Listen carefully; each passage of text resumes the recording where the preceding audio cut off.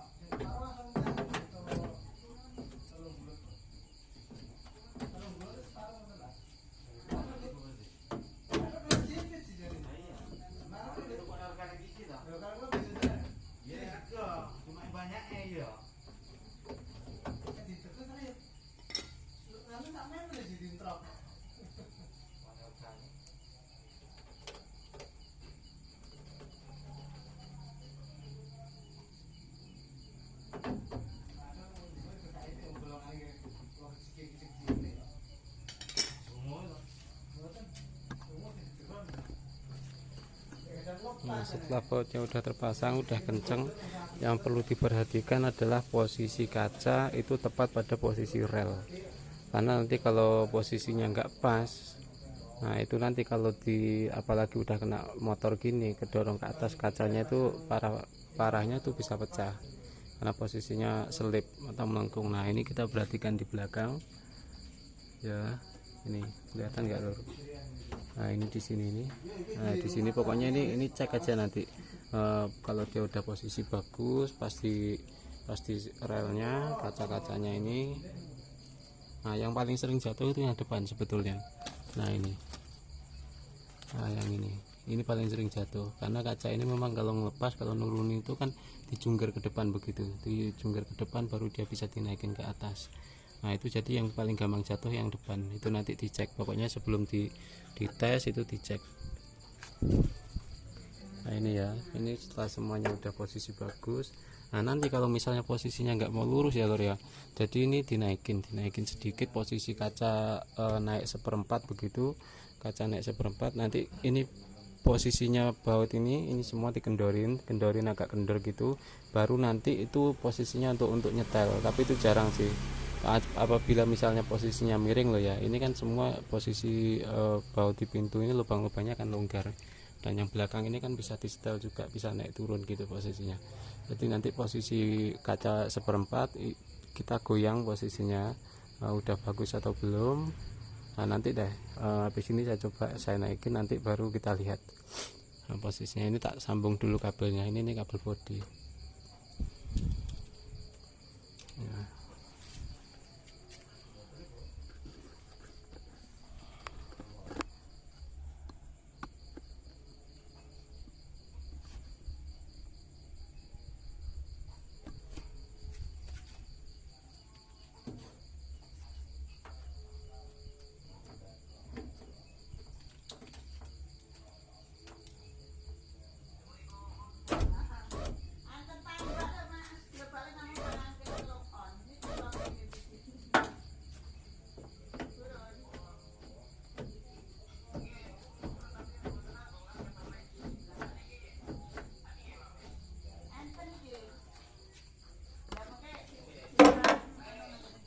Nah ini ya, ini kalau memang posisinya udah pas, digoyang ini dia nggak terlalu banyak. Kalau goyangnya gini pasti goyang, sekalipun pakai yang asli pasti goyang begini. Nah kalau udah di segini posisinya bagus, dia nggak mereng, posisi kaca itu mau lurus mau nggak, jadi nggak perlu disetel. Tapi kalau misalnya posisi dinaikin segini terus posisinya kaca itu jungker ke depan, terus posisinya miring, condong ke depan, nah ini baut-baut ini kendorin. Ini dikendorin semua untuk kita nyetel begitu ya. Jadi nanti dikasih posisi pas baru dia dikencengin satu-satu.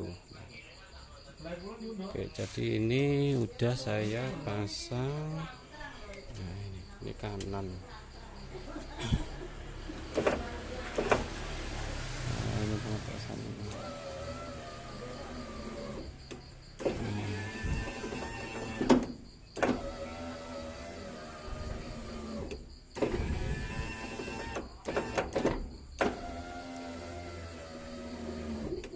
Nah untuk supaya lebih lancar lagi lor ya, nanti pasti di pinggirnya ini bisa dikasih oli ya lor ya. Nah ini di pinggir-pinggir ini sinilah di ganggangan sini bisa dikasih oli, nanti kasih oli baru atau bekas terserah lah. Nah yang sini pun juga sama, ini kasih oli sini. Nah terus untuk permasalahan setelah terpasang gini ya, ada beberapa, salah satu yang paling sering itu adalah posisi motor dinamo itu mentok sama bodi kaca atau sama rel kaca. Pokoknya kalau dinaikin itu bunyi gludak gitu, terus kayak ada yang ngebentur gitu. Nah jadi posisinya itu dinamo itu kan ada di sini, itu tuh sebetulnya udah free. Kalau sama kaca itu dia nggak bakalan natap ya, kalau sama kacanya. Tapi kalau sama relnya itu masih mungkin, sama rel kaca itu masih mungkin. Nah biasanya tuh yang sini lur, yang sisi depan, nah ini mentok, ini mentok sama kaca. Nah ini ada beberapa pilihan untuk ngilangin mentoknya itu kalau misalnya punya sampean mentok ya.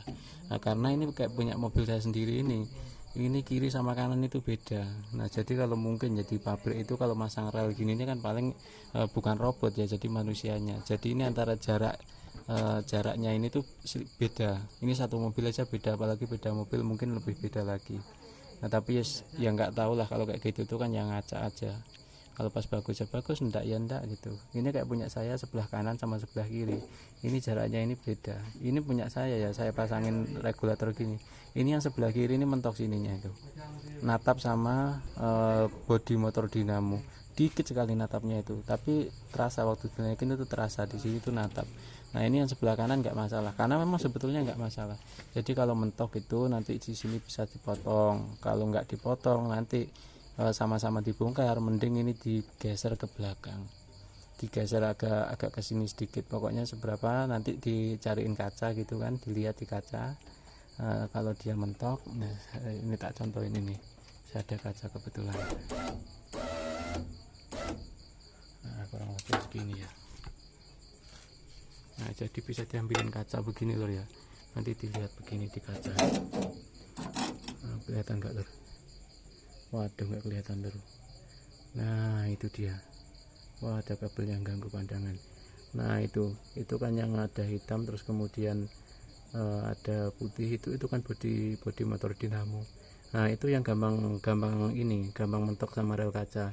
Kalau ini aman, ini ya jaraknya 1 sentian lebih. Nah tapi kalau punya saya yang sebelah kiri itu natap itu. Nah itu ya. Tapi wong punya saya memang nggak saya pasangin power window, jadi ya nggak tak apa-apain, tak biarin aja. Ini kan cuman contoh aja. Ini kebetulan yang meminta video tutorial ini sahabat Altitusi dari Bogor ini ya, Mas Suhud dari Bogor kalau tidak salah namanya, lupa ingat saya. Nah itu ya, jadi permasalahannya tuh kadang di situ, di sini ini sering mentok. Nah ini contohnya, ini yang sebelah kiri. Nah ini lihat ya. Nah itu lor. Nah denger gak? Ada suara gudeg gitu. Nah kan itu mentok, yang kayak tadi saya bilang tadi itu. Jadi di bagian ininya itu mentok dia sama bodi motor dinamo.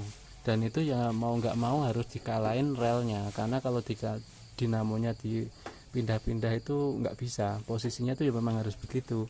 Nah, kenapa nggak bisa? Karena posisi kita kan nyari posisi gigi nih, posisi gigi itu ya harus gitu posisinya. Kalau dia dimundurin ke sini dia ya nggak bisa, malah nggak gigit gitu loh. Kayak kalau kita majukan ke depan ini, kalau misalnya mau free ini kan harus digeser ke sini. Nah, yang bawah relnya free tapi yang atas giginya juga free, jadi nggak mau gigit kan, ya nggak fungsi lah. Jadi mau nggak mau harus rel aslinya yang dikalahkan gitu ya, rel aslinya yang dikalahkan. Tapi nggak perlu motong lah menurut saya, itu sama-sama dibuka, mending digeser aja, nggak bakal jatuh kok. Rodanya itu nggak bakalan jatuh sekalipun digeser. Oke, itu ya. Terus untuk ini ya, ini untuk wiringnya ya, untuk wiringnya jadi ini sudah disiapkan ya, full set ya, ini full set. Terus kemudian ini untuk ini nanti bebas saja ini mau ditaruh di mana, tapi ini ya pokoknya jangan di area sini ya. Ini abu-abu ini untuk ke ground, ini body atau masa, ini tinggal dicolokkan, nggak mungkin keliru karena ini soket. Kalau kebalik kan pasti nggak pas, kalaupun kebalik ini juga nggak bakalan konslet, paling putarannya aja kebalik, nanti zaman pencet di switchnya itu harusnya naik, dia jadi turun gitu aja. Nah, ini untuk relaynya juga udah saya ini full. Ini kita pakai relay model tancap. Kalau yang ini ya, saya ada juga produk wiring set itu yang pakai relay booster. Relay booster itu prinsip kerjanya sama, cuman dia ukurannya lebih kompak, lebih kecil, dan secara biaya itu lebih murah. Tapi kekuatan jamin lur, aman. Speknya malah lebih bagus itu. Nah, terus selanjutnya untuk perkabelan ini, sorry mobilnya agak kotor ini lur. Nah, untuk sistem perkabelan ya, ini di sini, jadi nanti tinggal perlu masang kabel ke jadi sebetulnya cuma ada 3 ya kabel yang perlu dipasang, kabel body, kabel ACC, sama B+. Nah, untuk yang hitam abu-abu yang ini ada sekunya, ini udah pasti dipasang ke body, jadi nanti tinggal dicarikan aja kemana. Nah, ini kebetulan saya pakai kabelnya audio mobil saya, ini kebetulan tak lepas. Nah, ini kan ke body ini loh, nah, ke ground. Terus untuk positifnya, untuk akinya ini saya ambilkan di sini. Nah, ini juga punya audio sama juga. Nah, ini kan, nah, jadi untuk yang ke B+ itu udah saya kasih fuse ya, udah kasih sikring ini di sini ada sikringnya. Nah, jadi ground, positif aki, sama lagi satu itu untuk ke kontak ACC. Kontak ACC itu yang ini. Nah, ini karena ini untuk nyoba, saya jumper ke B+. Tapi kalau nanti untuk pemasangan permanen, nanti diusahakan ini harus dipasang, yang kabel ini, bintik ini harus dipasang ke ACC ya, karena untuk alasan keamanan. Kalau enggak artinya kalau misalnya kontaknya itu dimatikan atau dilepas, itu power window nggak bisa dijalankan.